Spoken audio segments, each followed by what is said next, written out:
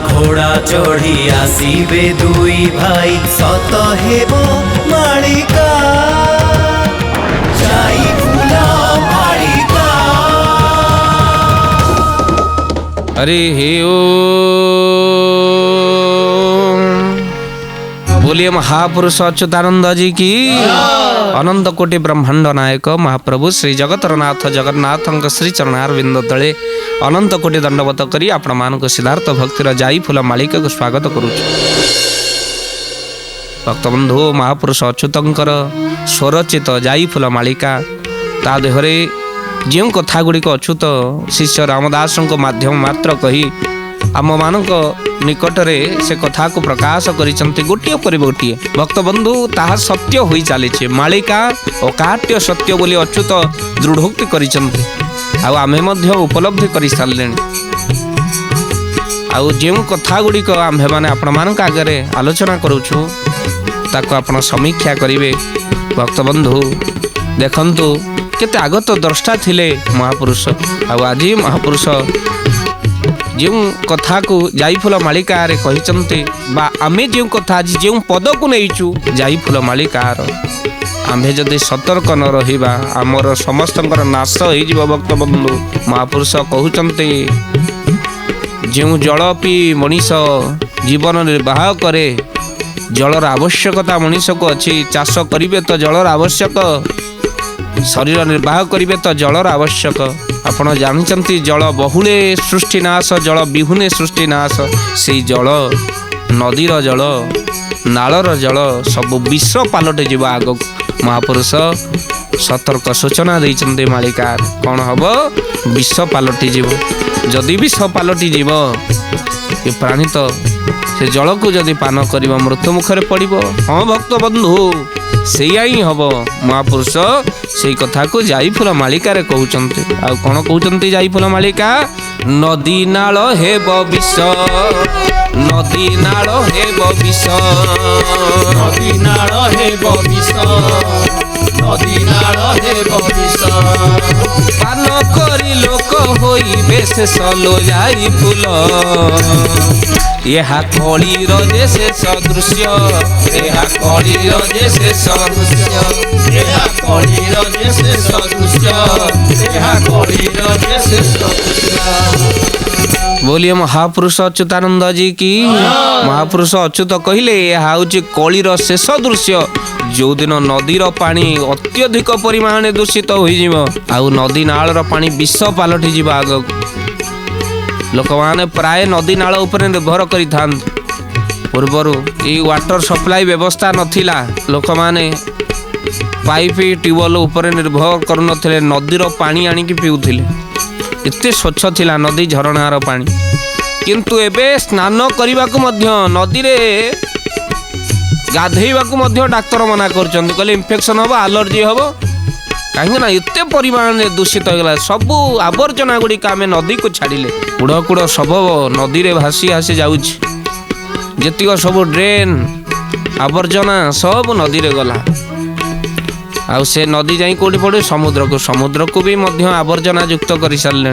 तेणु महापुरुष कहले आगत भविष्यत कौन हम लोक मैंने कहती आगुरी तो आपड़ जानी कथा कहीं कहले मालिकार जदि लेखा थिला कहीं कहले नहीं या हम बोली आज कहूँ आपण मैंने देख प्रति अध्याय देखु जाई फूल मालिका आपण मन भितर जदि मालिका प्रति अविश्वास आज आप टिपंतु से पद गुड़िक जो पद गुड़िक आम सिद्धार्थ भक्तिर जाई फूल मालिकार कहूँ परे मिलेइबे से घटना घटी सारला परे एबे नुह तो आउ केबे हेई परिबो नाही परे जतबळे आपण देखिबे कहला अरे ए मन पकेइबे सेतबळे आपण से पद धाड़ी गुडी खाता रे थिबो अरे ही 10 वर्ष तळे गोटे सिद्धार्थ भक्तिर कार्यक्रम चलीथिला जाई फूल मालिका जो थरे महापुरुष अच्युतंकर ग्रंथ आलोचना होतिला आउ ता देहरे जो पद गुटा मु लिखी आज से पद सत्य हुई चली से पद को आप मिलेबे आईटी निहाती आपणकर मस्तक श्री अच्युतंकर पाद तले नहीं पड़ो आपण आखिर लुह गड़ी जीव आपण निहाती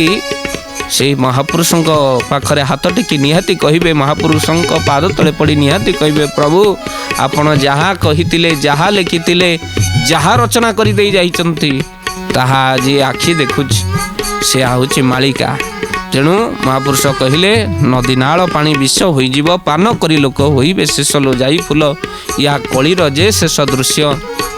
ଆଉ ଛତିଶଗଡ଼ରୁ ବିଷ ପାଣି ଗୁଡ଼ିକ ନଦୀ ମାଧ୍ୟମରେ ଏବେ ଆସୁଛି। ନଦୀର ଜଳ ବିଷାକ୍ତ ହୋଇଗଲାଣି। ଆଉ ନଦୀର ପାଣି ଯେହେତୁ ବିଷାକ୍ତ ହୋଇଗଲାଣି, ଦେଖନ୍ତୁ କିଭଳି ଭାବରେ ଜଳ ପ୍ରଦୂଷଣ ବୋର୍ଡ କିଛି କରିପାରୁନାହିଁ। ଜଳ ପ୍ରଦୂଷଣ ବୋର୍ଡ ସିଏ ମଧ୍ୟ ହାତ ଟେକି ଦେଉଛି, କିଛି କରିପାରୁନାହିଁ। କାହିଁକିନା ଏତେ ପରିମାଣରେ ଜଳକୁ ଆମେ ଦୂଷିତ କରି ଚାଲିଛେ, ଏତେ ଆବର୍ଜନା ନଦୀ ନାଳରେ ଭରି ଯାଇଛି। ଭକ୍ତବନ୍ଧୁ, କେଉଁ ନଦୀରେ ବେଶୀ ପରିମାଣରେ ଆବର୍ଜନା ଯୁକ୍ତ ହୋଇଯିବ, ଆଗକୁ କେଉଁ ନଦୀ ପୋତି ହେଇଯିବ। ଭକ୍ତବନ୍ଧୁ, ଓଡ଼ିଶାର ବଡ଼ ନଦୀ ମହାନଦୀ। ଆଉ ସେ ମହାନଦୀ କଥା କ'ଣ କହିଛନ୍ତି ମହାପୁରୁଷ? ସେ ପଦ କ'ଣ ଅଛି? ମହାପୁରୁଷ କହୁଛନ୍ତି କ'ଣ କହିଲେ? କହିଲେ ମହାନଦୀ ଜଳ ହୋଇବ ବିଷ, ପାନ କରି ଲୋକ ହୋଇବେ ଶେଷ। ଗୋବିନ୍ଦ ରାଧେ ଗୋବିନ୍ଦ, ଗୋବିନ୍ଦ ଗୋବିନ୍ଦ ରାଧେ ଗୋବିନ୍ଦ। ନାନା ଅବର୍ଜନା ତହିଁ ପୁରିବ, ମହାପୁରୁଷଙ୍କ କହେ ଭାବ। ଗୋବିନ୍ଦ ଗୋବିନ୍ଦ ରାଧେ ଗୋବିନ୍ଦ, ଗୋବିନ୍ଦ ଗୋବିନ୍ଦ ରାଧେ ଗୋବିନ୍ଦ। ମହାପୁରୁଷ ଏ କଥାକୁ କହୁଛନ୍ତି କ'ଣ କହିଲେ? ଏଇ ଭାବ ହବ, ଅର୍ଥାତ୍ ଆବର୍ଜନା ପୂର୍ଣ୍ଣ ହେଇଯିବ। କ'ଣ ନା ମହାନଦୀର ଜଳ। ପୁନଶ୍ଚ ମହାପୁରୁଷ କ'ଣ କହିଲେ?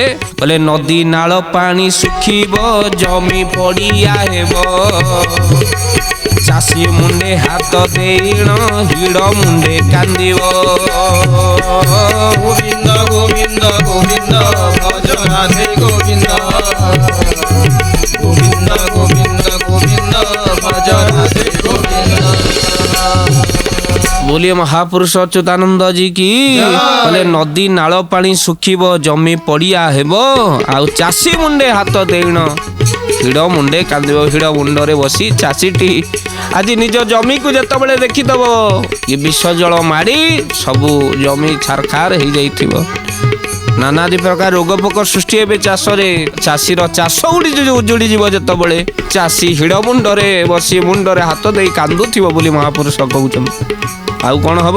महापुरुष कहले कहले महानदी जल सुखिब, नदी पुति होइब, हीराकुद जल भंडार पुणी पंके पूरिब। गोविंद गोविंद गोविंद भज राधे गोविंद, गोविंद गोविंद गोविंद भज राधे गोविंद। बोलिए महापुरुष अच्युतानंद जी की। कहले महानदी जल सुखिब, महानदी जल आगु को सब सुखी जीव। भक्त बंधु मन रखी था, महानदी जल सुखी जीव। मझिरे छत्तीसगढ़ अटकई देला पानी, एबे महानदी भीतर जाक सब आमे प्लटिंग करी घर कर सारे, से जल मध्य सुखी जीव। आ पठा बोली जहाँ को नदी पठा, से पठा जाक एबे सब घर। कहीं ना महापुरुष 600 वर्ष तले कहले नदी पोती होइब, पोती हो से नदी महानदी। आउ हीराकुद जल भंडार पुणी पंके पूरिब। हीराकुद पाखरे जो माने अछंती से माने कथा को जानी थिबे, अत्यधिक पंक हीराकुदरे जमी सारलाणी। भक्तबंधु एभली समय आसीगलाणी। आउ नदीर जो दिन विष भरिब, ये कलिर शेष दृश्य बोली अच्युत कहउछन्ते। पुनश्च महापुरुष महानदी आग को पोती हो, आउ पुनश्च नदी नालर पानी विष भरीज। आ विशेष भाव में महापुरुष पूर्वर रचना जे हीराकुद पंकरे पोती हो। भक्त बंधु एभली समय आसी पहुँचो बोली अच्युत कहउछन्ते। यह केते सत आउ केते एपर्यंत आम्भे माने आखि आगे देखिले। ये विचार आपण मानकर मालिका केते सत केते मिछ, ये विचार आपण निहाती करी प्रतिदिन शुणु जाई फूल मालिका। पुनश्च महापुरुष कहउछन्ती ए समय भितर आउ कोन हबो? जुगाब्ध गीता महापुरुष अच्युत कहले कोन कहले? ठक वृत्ति आचरिण ठोकर खाइबे बाबू, ठोकर खाइबे।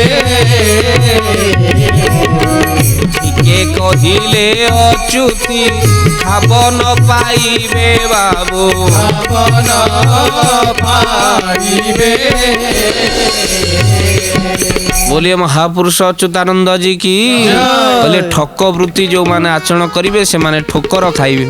सावधान, ମାଳିକା କହୁଛନ୍ତି କାହାକୁ ଠକ ନା, ତୁମେ ଠକିଲେ ଠକାମିର ଶିକାର ହବ। ଅନ୍ୟ ପାଇଁ ଭକ୍ତବନ୍ଧୁ ଖାଲ ଖୋଳିଲେ ଆମେ ସେ ଖାଲରେ ପଡ଼ୁ। କିଛି ଦିନ ପୂର୍ବରୁ ଭାଇ ଭାଇର ଝଗଡ଼ା ହେଲା। ଭାଇ ଯିବା ଆସିବା ବାଟରେ, ସାନ ଭାଇ ଯିବା ଆସିବା ବାଟରେ ବଡ଼ ଭାଇ କ'ଣ କଲା ନା କାଚ ଗୁଡ଼ାକ ସବୁ ବୋତଲ ଭାଙ୍ଗି ପକେଇଦେଲା। ତାର ସକାଳ ହେଲେ ତା ଗୋଡ଼ରେ ପଶିବ, ମରିବ। ଏଇଭଳି ଭାବରେ ତଳେ କାଚ ପକେଇ ଦେଇଛି। ଏ କିଛି ଦିନ ତଳର ଘଟଣା। ସାନ ଭାଇ ଦେଖିଲା ବେଳକୁ ସେଦିନ ଡେରି ରାତି ଯାଇ ଫିଷ୍ଟ କରିଛି, ଭୋଜନ କରିଛି, ଆସିକି ଶୋଇଛି ତ 9ଟା 10ଟା ହେଲାଣି। ଯେଉଁ ବଡ଼ ଭାଇ କାଚ ପକେଇଥିଲା ସେଇ ବଡ଼ ଭାଇର ପୁଅ ରାତି ଅଧରେ ସେଇ ବାଟରେ ଗଲାବେଳକୁ ତା ଗୋଡ଼ରେ କାଚ ପଶିଲା। ଭକ୍ତବନ୍ଧୁ କାଚ ପଶି ଗୋଡ଼ ସେଫ୍ଟିକ୍ ହେଲା, ଗୋଡ଼ କଟା ହେଲା। ଭକ୍ତବନ୍ଧୁ କାହିଁକି କଥା ଆପଣମାନଙ୍କୁ କହୁଛି, ପର ପାଇଁ ଖାଲ ଖୋଳିଲେ ଆମେ ନିଜେ ସେ ଖାଲରେ ପଡ଼ିବା। ମହାପୁରୁଷ କହିଲେ ଠକ ବୃତ୍ତି ଆଚରଣ ଠୋକର ଖାଇବେ। ଯେଉଁମାନେ ଠକ ବୃତ୍ତି ଆଚରଣ କରିବେ ସେମାନେ ନିହାତି ଠୋକର ଖାଇବେ ବୋଲି ମହାପୁରୁଷ କହୁଛନ୍ତି। ପୁନଶ୍ଚ ମହାପୁରୁଷ କ'ଣ କହିଲେ, କହିଲେ ଡାକିବ ଭୈରବୀ ଯେତେ ବେଳେ ସ୍ଥାନ ଛାଡ଼ି ବାବୁ, ବେଳେ ସ୍ଥାନ ଛାଡ଼ି ଡାକିବେ ସକଳ ଜନ ପଡ଼ିଯିବ ହୁରି ବାବୁ, ମରିଯିବ ହୁରି। ଯେତେବେଳେ ଡାକିବ ଆଉ ସେତେବେଳେ ଜଗତରେ ହୁଡ଼ି ପଡ଼ିଯିବ, ହୁରି ପଡ଼ିଯିବ ଜଗତରେ।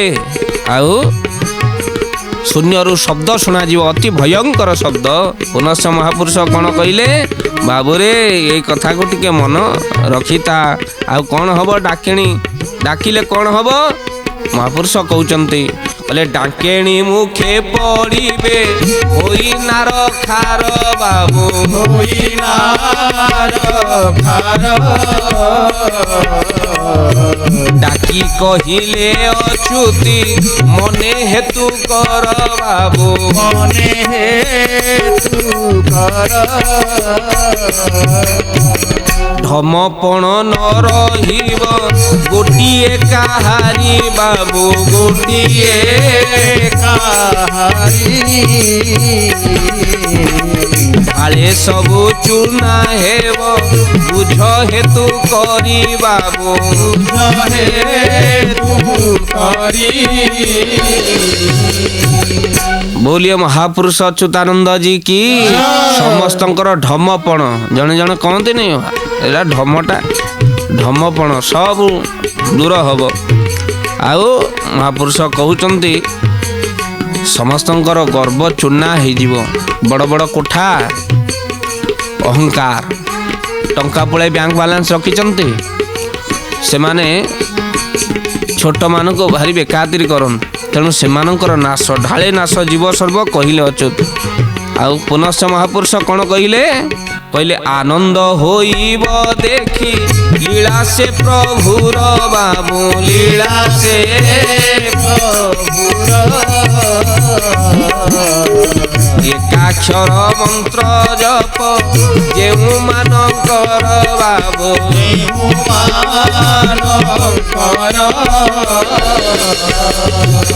ବୋଲିଏ ମହାପୁରୁଷ ଅଚ୍ୟୁତାନନ୍ଦ ଜୀ କି।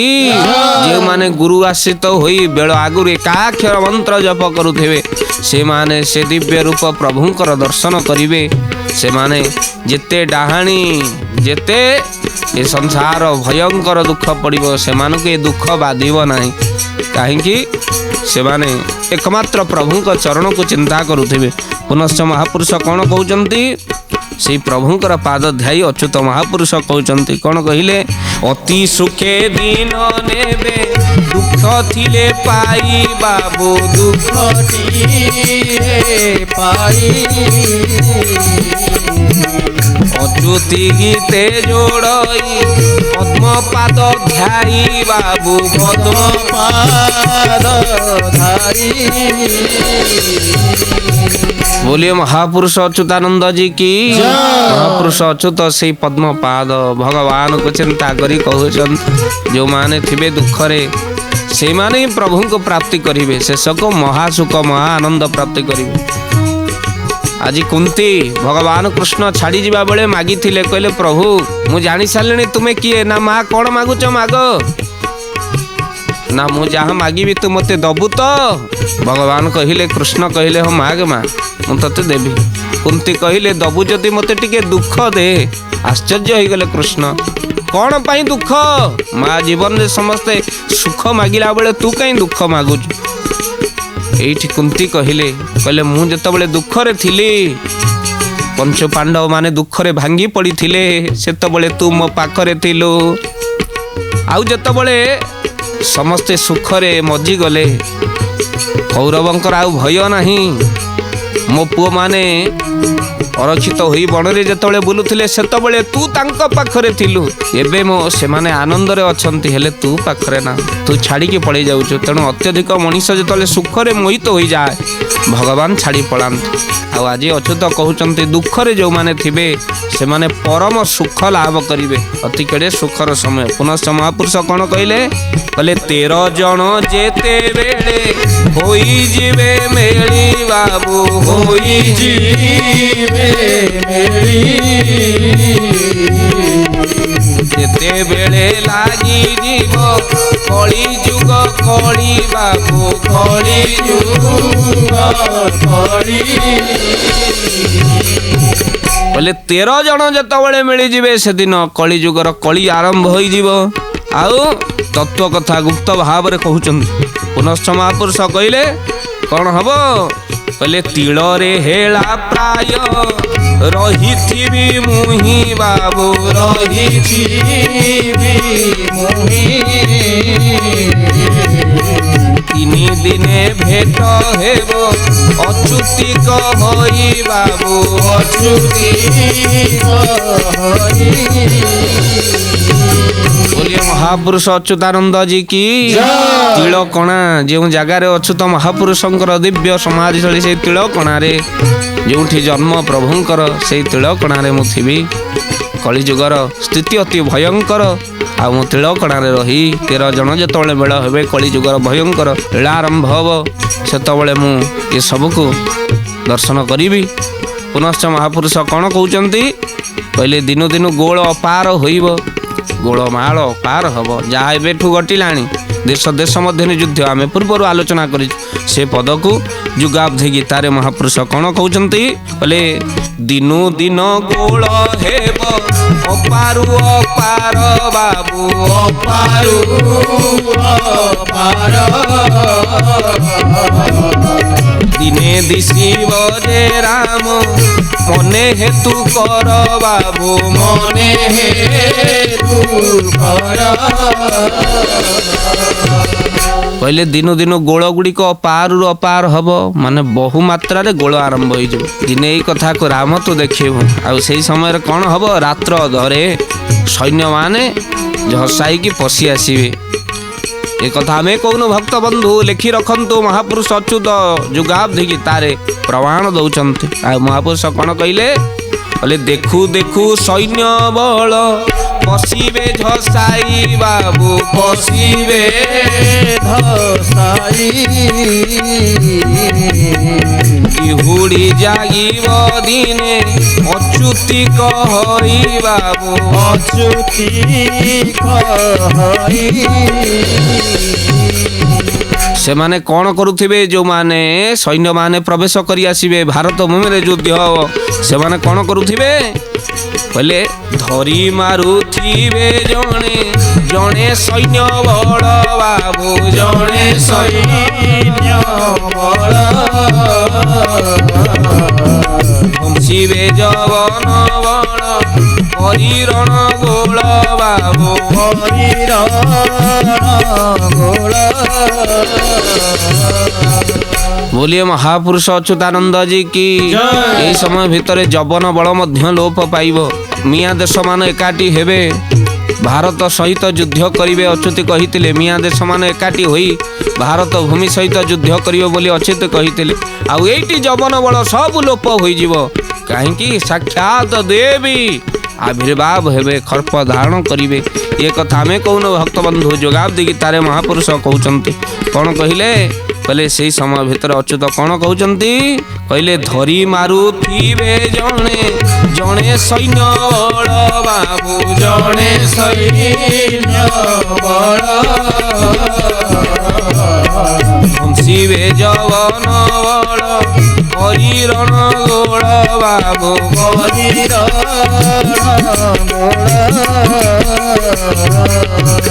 ଧରିଥିବେ ଖର୍ପର ଯେ ହସ୍ତେ ମହାମାଇ ବାବୁ ହସ୍ତେ ମହାମାଇ ହରି ମୋଡ଼ିବେଟି ମୁଣ୍ଡ ଅଚ୍ୟୁତି କହି ବାବୁ ଅଚ୍ୟୁତି କହି କହିଲେ ଏହି ସମୟ ଭିତରେ ସ୍ୱୟଂ ଯୋଗ ମାୟା ପ୍ରକଟ ହୋଇ ଯେତେବେଳେ ଭାରତର ସୈନ୍ୟ ବଳ କ୍ଷଣ ହେବ କ୍ଷୀର୍ଣ୍ଣ ହେଇଯିବ ସେତେବେଳେ ଧରି ମୁଣ୍ଡକୁ ମୋଡ଼ିଦେବେ ଯବନ ବଳ ଏଇଠି ପରାସ୍ତ ହେବେ ନୃପତି ମାନେଟି ମର୍ତ୍ତ୍ୟ ନ ରହିବେ କେହି ନୃପତି ମାନେ ମଧ୍ୟ ଏହି ସମୟରେ ମର୍ତ୍ତ୍ୟରେ ରହିବେ ନାହିଁ କାହିଁକି ନା ଆମେ ଆଗରୁ ଏକଥା ଆଲୋଚନା କରିଛେ ଯେ ବଳଦେବ ହେବେ ରାଜା କାହ୍ନୁ ପରିଚାର ବସିବ ସୁଧର୍ମା ସଭା ରାଜନଗର ତାର ଭକ୍ତବନ୍ଧୁ ପୁନଶ୍ଚ ମହାପୁରୁଷ କହିଲେ ଆପଣମାନଙ୍କ ମନ ଭିତରେ ପ୍ରଶ୍ନ ଆସିବେ ଭୟଙ୍କର ଯୁଦ୍ଧ କ'ଣ କେବଳ ଦିବସେ ହେବ ନା ରାତିରେ ବି ହେବ ଦିବସ ରାତ୍ର ଯୁଦ୍ଧ ଲାଗିବ ବୋଲି ମହାପୁରୁଷ ଯୁଗାବ ଦେଇକି ତାରେ କହୁଛନ୍ତି କ'ଣ କହିଲେ ଏ ପଥରେ ରାତ୍ର ଦିବା ଯୁଦ୍ଧ ଯେ ଲାଗିବ ବାବୁ ଯୁଦ୍ଧ ଯେ ଲାଗିବ ପ୍ରସ୍ତାବିତ କଳି ମହା ଭାରତ ସରିବ ବାବୁ ଭାରତ ସରିବ ପୂର୍ବରୁ ଆଲୋଚନା କରିଥିଲେ ଯେଉଁ ମହାଭାରତର ଓଳିଏ ବାକି ଅଛି 18 ଦିନର ମହାଭାରତ ଏଇଠି ମହାଭାରତ ଯୁଦ୍ଧ ସମାପନ ହେବ ଆଉ ଘମାଘୋଟ ଘୋର ଯୁଦ୍ଧ ହେବ ଆଉ ପୁନଶ୍ଚ ମହାପୁରୁଷ କ'ଣ କହିଲେ ଆପଣମାନଙ୍କୁ ଆଲୋଚନା କରିଥିଲେ କହିଲେ ବୀଣା ବାଇ ନାରଦ ଯେ ଛାମୁରେ ନାଚିବେ ବାବୁ ଛାମୁରେ ନାଚିବେ ବେଦ ପଢୁଥିବେ ବ୍ରହ୍ମା ଅଚ୍ୟୁତ କହିବେ ବାବୁ ଅଚ୍ୟୁତ କହିବେ ଯେତେବେଳେ ସ୍ୱୟଂ ବଳଦେବ ରାଜା ହେବେ କାହ୍ନୁ ପରିଚାର ହୋଇଥିବେ ସେତେବେଳେ ସ୍ୱୟଂ ବ୍ରହ୍ମା ବେଦ ପଢୁଥିବେ ନାରଦ ବୀଣା ବଜେଇ ନାଚୁଥିବେ ଆଉ କ'ଣ ହବ କହିଲେ ଭୂତ ଭବିଷ୍ୟ ବିଚାର ହୋଇବ ଯେ ତହିଁ ବାବୁ ହୋଇବ ଯେ ତହିଁ ଭଲ ମନ୍ଦ କଥା ଅଛି ଦେବେଟି ବୁଝାଇ ବାବୁ ବେଟି ବୁଝାଇ ବଳଦେବ ରାଜା ହୋଇଥିବେ ଭକ୍ତମାନଙ୍କର ସୁଖ ଦୁଃଖକୁ ବୁଝିବେ ଭକ୍ତବନ୍ଧୁ ଆଉ ଭକ୍ତବନ୍ଧୁ ଯେଉଁମାନେ ଭକ୍ତ ରହିଲେ ସେମାନଙ୍କର ସର୍ବ ଦୁଃଖ ହରଣ ହେବ ମହାନନ୍ଦରେ ସୁଖରେ ମାତିବେ ଆଉ ମନ ଭିତରୁ ସେ ଦ୍ୱନ୍ଦ୍ୱ ମୋହ ସବୁ ତ୍ୟାଗ କରି ବଳଦେବଙ୍କ ପାଦରେ ଶରଣ ଯିବେ ଭକ୍ତମାନେ ମହାପୁରୁଷ ଅଚ୍ୟୁତ ପୁନଶ୍ଚ ମାଳିକାରେ କ'ଣ କହୁଛନ୍ତି ଯାଇ ଫୁଲ ମାଳିକାରେ ଆଗତ ଭବିଷ୍ୟତରେ ମହାପୁରୁଷ ଅଚ୍ୟୁତ କେଉଁ ସବୁ ବିଷୟରେ ଆଲୋଚନା କରିଥିବେ ସେ ପଦକୁ ନେଇ ଆମର ଆଲୋଚନା ଯାଇ ଫୁଲ ମାଳିକାର ପଦକୁ ନେଇ ଅଚ୍ୟୁତ ମହାପୁରୁଷଙ୍କର ସମସ୍ତ ଗ୍ରନ୍ଥର ଯେତିକି ମାତ୍ରାରେ ଅଚ୍ୟୁତଙ୍କର କୃପା ହେବ ଆମେ ତ 185,000 ଗ୍ରନ୍ଥକୁ ଆଲୋଚନା କରିପାରିବା ନାହିଁ ଯେତିକି ଲୋକଲୋଚନକୁ ଆସିନାହିଁ ତାଳପତ୍ର ପୋଥିରେ ଏବେ ପର୍ଯ୍ୟନ୍ତ ଆମେ ସେ ପୋଥିକୁ ସଂଗ୍ରହ କରି ଆପଣମାନଙ୍କୁ ପୋଥିରୁ ଉଦ୍ଧୃତ କରି ଆପଣମାନଙ୍କୁ ସେ ପଦକୁ ରଖୁଛୁ ଭକ୍ତବନ୍ଧୁ ଅତି ସୁନ୍ଦର ମହାପୁରୁଷଙ୍କର ସେ ପଦ ଯାହା ଭବିଷ୍ୟତର ସୂଚନା ଦିଏ ଆମେ ସତର୍କ ହେବା ସହିତ ଆମ ସମସ୍ୟାର ସମାଧାନ ହେଉଛି ମାଳିକା ଭକ୍ତବନ୍ଧୁ ସେ କଥାକୁ ଆମେ ପରବର୍ତ୍ତୀ ଅଧ୍ୟାୟରେ ଆଲୋଚନା କରିବା ଆଜିର ବାଣୀକୁ ବିଶ୍ରାମ ଦେବା ପୂର୍ବରୁ ଦୁଇବାର ନାମ ସଂକୀର୍ତ୍ତନ ଅତି ଆନନ୍ଦର ସହକାର କରିବା ଓମ୍ କୃଷ୍ଣ ମଧୁସୂଦନ ବାସୁଦେବ ଜନାର୍ଦ୍ଦନ ଓମ୍ କୃଷ୍ଣ ମଧୁସୂଦନ ବାସୁଦେବ ଜନାର୍ଦ୍ଦନ ଓମ୍ କୃଷ୍ଣ ମଧୁସୂଦନ ବାସୁଦେବ ଜନାର୍ଦ୍ଦନ ଓମ୍ କୃଷ୍ଣ ମଧୁସୂଦନ ବାସୁଦେବ ଜନାର୍ଦ୍ଦନ ଓମ୍ କୃଷ୍ଣ ମଧୁସୂଦନ ବାସୁଦେବ ଜନାର୍ଦ୍ଦନ ଓମ୍ କୃଷ୍ଣ ମଧୁସୂଦନ ବାସୁଦେବ ଜନାର୍ଦ୍ଦନ ଓମ୍ କୃଷ୍ଣ ମଧୁସୂଦନ ବାସୁଦେବ ଜନାର୍ଦ୍ଦନ ଓମ୍ କୃଷ୍ଣ ମଧୁସୂଦନ ବାସୁଦେବ ଜନାର୍ଦ୍ଦନ बोलिए महापुरुष अच्युतानंद जी की